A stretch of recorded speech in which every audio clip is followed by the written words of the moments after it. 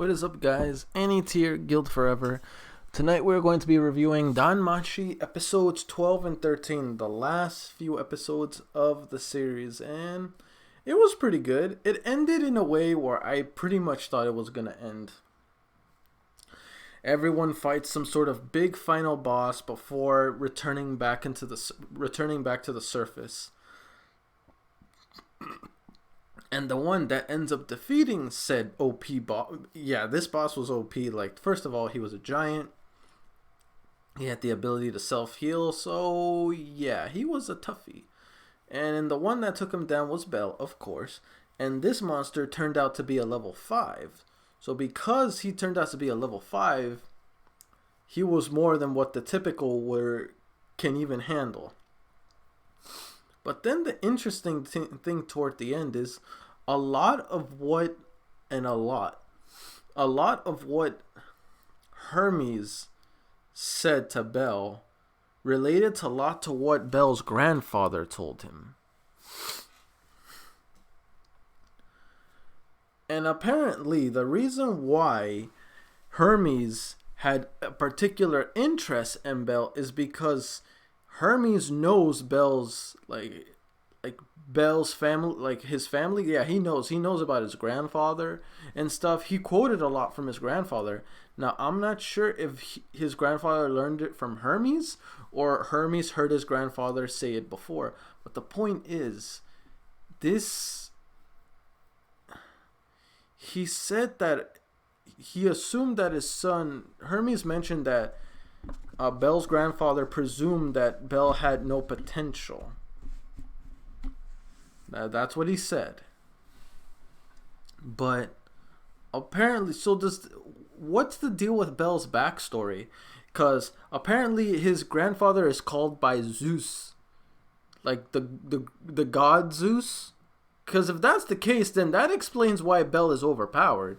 Is he like some kind of demigod or some demi-human? I could be reading too much into this and be completely wrong, but I'm just saying that based on what I heard Hermes says. And now, I mean, that would explain why Bell is so crazy overpowered. That would explain everything. He's no ordinary human. He's way beyond human abilities. So, I'm just wondering why in the hell... How do I put this?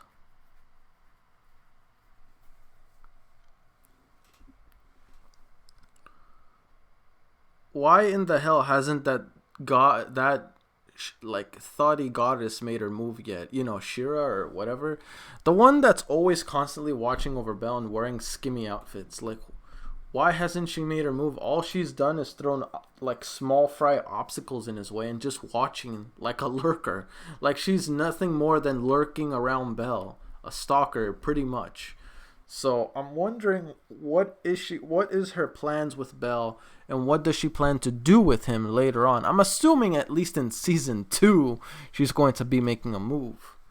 Otherwise, what the hell is she doing? She's literally just a lurking stalker. That's it, spying on him, which is fairly creepy for a goddess. So, I'm just here thinking like, are you gonna do something or what? And if you aren't, you're just downright creepy for that. Still, I can't wait to see how season 2 is gonna be, because now we're officially done with season 1, and we can finally dive into season 2. I apologize, guys, for some of the interference during my reactions. I apologize for that. Things happen. I could edit it out, but it's just too much of a pain to deal with. So I'll just upload it as it is. If you guys are bothered or don't want to see it, just skip it. It's on episode 13. Just skip over it and you should be fine. But yeah, overall, it was nice. It was good. It was interesting. I did like it for the most part. It's just a lot of the events that took place I kind of predicted, because it's like, okay, what are the last 2 episodes going to be? Let's brainstorm. It would be too easy for them just to like go into the safe zone and then leave and not deal with anything. The only thing that took me for a loop and thought did not make sense at all was that the safe zone was invaded by the floor boss. Now, I'm not sure if it was only possible because the floor boss has that priority or what, because I thought this was supposed to be the safe zone. Like, they can't enter through here, or maybe they just weren't aware of that area yet. Who knows? Still, that's the only thing. Other than that, a big boss coming out, everyone struggling to beat it, and then Bell being the only one that being able to kill it. Yeah, that I first saw, that I predicted, because there's no way they're going to head back without dealing with some kind of massive threat. Now, it being that OP was not my prediction. All I know is before this season would end, I know they're going to end it with a bang by having some big time boss, some extremely overpowered boss, come fight everyone, and then Bell defeats said boss. I gotta say, Bell is by far the most overpowered character. I mean, he's... just even calling him strong is an understatement. He's overpowered.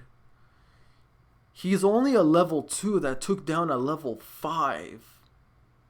I wouldn't be surprised if Bell is like level 6 now. Or maybe exactly level 5, but... no, I think he's like level 6. Because him defeating a level 5 just like that, I mean, it wasn't no easy cake, but once he got his mind straight, and he like gave it everything he had, it was a GG. Sorry guys, apologize, kind of lacking sleep. But yeah, so holy hell. I mean, I knew Bell was going to win. It's just the more I see him fight, the more I see him just pull something out of his behind, like, you know, his B-U-T-T. I don't want to say the whole word, because, so yeah, like, it just feels like a huge B. I think I can say but. Yeah, no, yeah, stop tripping. It's just the A-S-S. Yeah, so it's just he keeps pulling stuff out of his butt that it makes me wonder, like, okay, is there something this kid can't do? Because he started growing vastly fast, and then he became a level 2 fast, and now he's defeated a floor boss level 5 on the spot. The level of butt pulls this kid has is on like godly tier.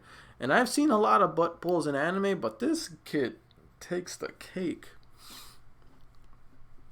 Defeating an enemy that's legitimately 3 levels above him. Obviously, Bell is beyond level 5. He has to be. The way he took down that giant behemoth, even if he was a level 5 at the time himself throughout, maybe you can arguably say that during his progression in this dungeon, he became to grow.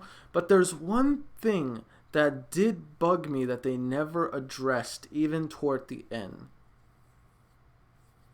I mean, I'm not sure maybe if my eyes were playing tricks on me and it was just my own fault for interpreting it. One of Bell's eyes toward episode 10 or 9, I think, it was slightly covered, but the eye looked like it had a different kind of color. It looked yellowish, and it kind of intrigued me a bit. So when I saw that the first time in episode 9 or 10, I'm wondering, like, I'm hoping toward the end that plays into a factor when he fights like this last boss or whatever. That's what I was assuming. I thought this little thing they sneaked in episode 9 or 10 was going to be like the play out toward the end of this season. But no, it was just shown briefly and then removed. The heck? Oh, I thought there was trash on the floor. Anyway, yeah, so I thought they were going to mention it at least by some way in episode 12 or 13, but no, they didn't. It wasn't even mentioned at all. Now, I'm not sure whether my eyes were playing tricks on me or if that's something that will be addressed later on in this series, so in season 2. I don't know. I think maybe I overlooked it. Not overlooked it. I read too much into it when it probably may have been nothing. It was just a visual notice. Not sure if I was correct or if I was wrong. So who knows? Who knows? It wasn't really that important because it's not mentioned or wasn't deemed as important even in the last few episodes of season 1. I'm not gonna give it that much to look at if it's not something to be credited at all. Assuming that was shown, or once again I could have been wrong and I was just seeing things. So yeah, forget what I said in that case if that never existed or whatnot.